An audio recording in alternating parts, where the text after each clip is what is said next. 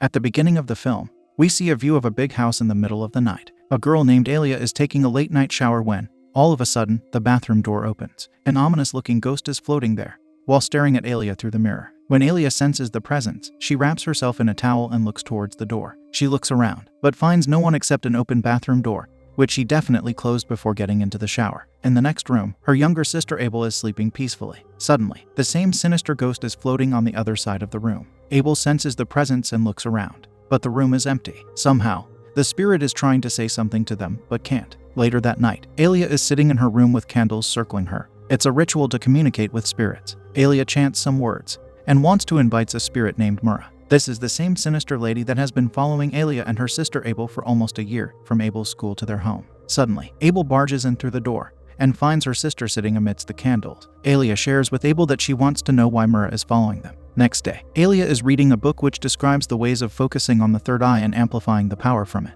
She follows the instructions written in the book, and submerges herself in the bathtub to focus on her third eye. This is a special method of contacting the spirits. As she relaxes her mind, water starts bubbling, and she finds herself in the cupboard of Abel's room. Abel is sleeping, when suddenly she opens her eyes and looks at the cupboard, as if she felt a presence. Abel walks to the cupboard and opens it to find nothing. But as she looks up, Abel finds Mura snarling at her from the ceiling. Abel screams as Mura charges at her. Knowing the danger Abel is facing, Alia stands up from the bathtub. She rushes to Abel's room but finds the door locked. She finds the keys in a nearby drawer, and opens the door to find Abel unconscious on the floor. She runs up to Abel to wake her up, but finds out she is already gone. As Alia is crying her heart out, she finds Mura standing near her. Alia becomes enraged and asks Mura why she murdered Abel. Mura screams and vanishes into the air. Alia holds Abel in her hands when she notices a locket in Abel's hand. She picks it up and sees a vision of an old mansion. Alia visits the psychic, who tells her that she has experienced something called psychometry. Psychometry is a term that refers to a person who can see the history of an object when they touch it. Alia believes that the house she saw in her vision is connected to Mura. She also believes that it will lead to the answer of why Mura slaughtered Abel. Alia searched for answers for a long time, but cannot find any. She sells her property and volunteers at an orphanage to find some peace of mind and to unravel Abel's passing. The psychic warns Alia to be very careful while using her third eye, and not to get carried away by the thirst for revenge against Mura. She also suggests Alia start a new life in the orphanage. In the following scene, Alia arrives at the orphanage and is welcomed by a man named Fadli. Fadli takes Alia to the orphanage, and Alia is bewildered beyond words to find that this is the mansion she saw in her vision. Alia meets Lakshmi, Fadli's wife, and introduces herself. Fadli goes back to work, while Lakshmi gives Alia a tour of the orphanage. Lakshmi informs Alia that this mansion was left to her by her parents. The orphanage runs solely on Fadli's income and donations. Lakshmi also adds that Alia's parents were the biggest donors. While touring, Lakshmi shares that there are 16 children in the orphanage, all of them girls. They then head towards the TV room, which is downstairs. Lakshmi introduces the children to Alia. Alia notices something strange with her third eye in the room. She senses that the room temperature has suddenly dropped. Despite this, Lakshmi wants Alia to meet a girl named Nadia, who frightens the other girls. One of the girls tells Lakshmi that Nadia has been acting strange, and she kept hiding in the closet last night as she heard something scary. Alia notices a notebook in the corner of the room. She opens it and sees drawings of a lady that resembles Mura. Later, Lakshmi asks when Alia will be joining, to which Alia responds that she will be joining today. Alia starts unpacking her room, when suddenly she witnesses the painting above the bed move, as if someone is tilting it. Alia then places a recorder in the room. Later that night, Alia is preparing a new room for Nadia. Nadia enters the room, and Alia asks her about the drawings. Alia tells Nadia that she can also see them. She also mentions that Nadia reminds her of her sister Abel, who also had an open third eye. Alia inquires about Nadia's third eye, to which Nadia replies that she has been able to see spirits since she was little. Nadia explains that she draws the pictures to get rid of the images she has in her mind.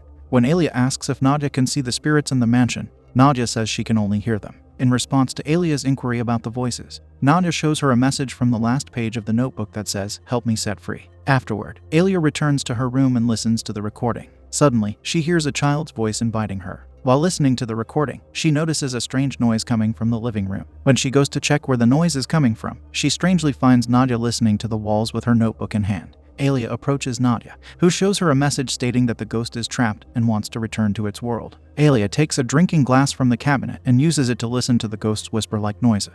She hears a child asking for help and providing directions. Alia and Nadia then enter through a tall gate and find themselves in a huge library. They listen to the walls using the glass in the library. Alia follows the voice, which leads her to a bookshelf. Suddenly, a book falls, and as Alia places it back, she discovers a button. Upon pressing the button, a secret door opens, revealing a hidden room behind the bookshelf. However, they find the door is locked. The vent fan then starts to turn on by itself, while Alia questions the spirit about the key. In the vents, Alia discovers the keys and realizes that the spirits are helping her. After she unlocks the door, they enter an empty abandoned room. They search inside, but discover nothing unusual, so they leave and arrange the shelf. A book falls off the shelf once more as they are preparing to leave. Alia asks Nadia to leave while she puts the book back. Alia leaves the room, oblivious to the sinister hand on the top of the bookcase. On the next day, Nadia feels sick, so she decides to stay and rest in her room. At the same time, Lakshmi is washing dishes in the kitchen. She stops washing the dishes to turn off the stove, but when she turns around, the plates are already cleaned and arranged perfectly on the dining table. Then Raya, one of the kids, scares Lakshmi. Lakshmi accuses Raya of touching the plates, but Raya insists on not touching it or moving them. Alia then puts Raya to bed and goes to the TV room with some medicines for one of the girls, named Malika. When she reaches the TV room, she finds a shadow of a girl hiding inside the tent. She assumes it is Malika and opens the tent, but there is no one there. As she turns around, an ominous hand grabs her from the tent and pulls her inside. The ghost disappears after leaving Alia in fear. At the same time, Raya is playing with a yo-yo from her bed, when suddenly someone grabs the yo-yo. When she checks under the bed, it is empty. Then she gets down from the bed, looks out of the window, and sees Malika playing outside. Suddenly, a ghost hand appears from underneath the bed and leaves the yo-yo on the ground. Getting scared, Raya climbs back to the top and hides under a blanket. When she sees a shadow through the blanket, she takes the blanket off, but finds no one in the room. Malika, on the other hand, is playing with a camera she got from Alia's belongings. As she is taking pictures of the garden, she slowly goes towards the library. Then she accidentally takes a picture from the library, where a child ghost is standing at the door. Looking at the picture, the girl becomes frightened and runs towards the mansion. Meanwhile, as Nadia is resting in her room, she hears a knock on her door. When she gets up to check, she finds an empty hallway. As she returns to her room, she sees an ominous hand taking her shoes under the bed. When she checks the bed, she finds nothing. Then she hears a ghost snarling on the ceiling of the room. When attacked by the evil spirit, Nadia immediately hides under the bed. The bed starts thumping, and Nadia starts screaming to leave her alone. After a while, the thumping stops. Nadia looks around and realizes the bed is levitating, and it's smashed against the wall. Lakshmi and Alia rush to Nadia's room after hearing her scream. After reaching Nadia's room, they see nothing but mess. Lakshmi thinks it's Nadia's doing, but she could not have done it because of her sickness. Yet Lakshmi locks Nadia in her room and tells her to clean all the mess up. After Lakshmi leaves, Alia asks Nadia from the other side of the door who did it. Nadia says it was an evil child spirit. Alia then notices a little girl entering a room through the reflections. As she enters the room, she finds Malika and Raya hiding in the room. Malika then hands her the picture of a child standing at the library door. Later that day, Alia is walking down the hallway to go to the library to communicate with the little girl. Nadia calls Alia from her room and tells her that she is scared and can't sleep. So Alia takes Nadia to the library to communicate with the ghost. The two return to the hidden room and prepare the things they need for the ritual. Alia warns Nadia to shut her eyes and not to look at the mirror until the end of the ritual. Then they start the ritual and pray to the manager of the souls to communicate with the spirit. Upon calling, the mirror changes its reflection to the reflection of the spirit, with darkness around it. Alia asks the name of the spirit, to which the spirit claims her name is Dharma. Alia then tells the spirit to go back to its world, but the spirit replies she needs to find out the truth. When Alia asks which truth, the spirit goes away and the mirror breaks. At the same time, Fadli and Lakshmi are sleeping when someone knocks at their window. Lakshmi wakes up and sees the silhouette of Raya. She then follows her to the hallway and finds a covering in the shape of Raya. She tells her to go to bed, but gets no response in return. As she approaches the still child, suddenly the clothing falls down on the ground, revealing that no one was wearing it. Lakshmi gets scared and removes the attire from the floor to find a small piece of paper which has the word Auntie written on it. Lakshmi rushes back to the room and tells Fadli that Dharma is free, when suddenly the bed starts levitating and throws them away. They get up instantly and run for their lives. Lakshmi manages to leave the room, but the door closes on its own, and Fadli gets trapped inside. Fadli tries to break the door, but suddenly an invisible force slams him. Fadli screams in pain and tries to get up from the impact when he sees Dharma crawling from a drawer towards him. Alia and Nadia hear Fadli's scream and rush to their room. Alia helps Lakshmi to break the door and help Fadli as things start moving in the room. The other girls are also awake by this time. They are all scared as they climb the stairs. The girls are brought to the dining room. Alia and Nadia try to calm the other girls when they see Dharma standing on the balcony looking at them. Suddenly, the chandelier starts shaking. Alia and Nadia take all the children and leave the room as the chandelier falls on the ground. The entire mansion starts shaking, paintings start to fall, and electricity starts wavering. In spite of all this, Alia and Nadia keep all the children in a room and head towards the library, where they find Fadli and Lakshmi. Then Alia and Nadia confront the couple about the incident. They inform them about their communication with the spirit trapped inside the library. Fadli gets angry at them for freeing the spirit. Lakshmi then tells them that Dharma is her niece. She also adds that Dharma and her family used to stay in the same mansion. But 3 years ago, they reached home and discovered their bodies. They believed it was a robbery. But still to the present day, Dharma and her mother haunt them. Fadli also has a third eye. He is the one who locked Dharma's spirit in the room and built a fence around the house. Fadli wants to lock her up again, but Alia disagrees with him. She suggests that they should look for the truth mentioned by Dharma earlier. Alia then proposes to do psychometry. Alia then enters the abandoned room, picks up an old xylophone toy, and starts playing it. Alia enters into a vision of a past memory of that room. In the vision, Dharma's mother is writing a letter to Fadli, claiming that she doesn't want to keep their relationship a secret anymore. Alia also discovers that Fadli is the biological father of Dharma. The vision stops, and Alia opens the drawer and hands the letter written by Dharma's mother to Lakshmi. Lakshmi reads the letter and cries as she discovers the adultery with her sister, who turns out to be Mira. Alia is shocked to hear that Mira is Lakshmi's sister, but keeps quiet and lets the couple handle their personal problem. Later that night, Alia goes to Nadia's room and tells her about Abel, who was murdered by Mira. But she does not understand why Mira had to harm Abel. Nadia suggests that maybe the daughter of Mira, Dharma,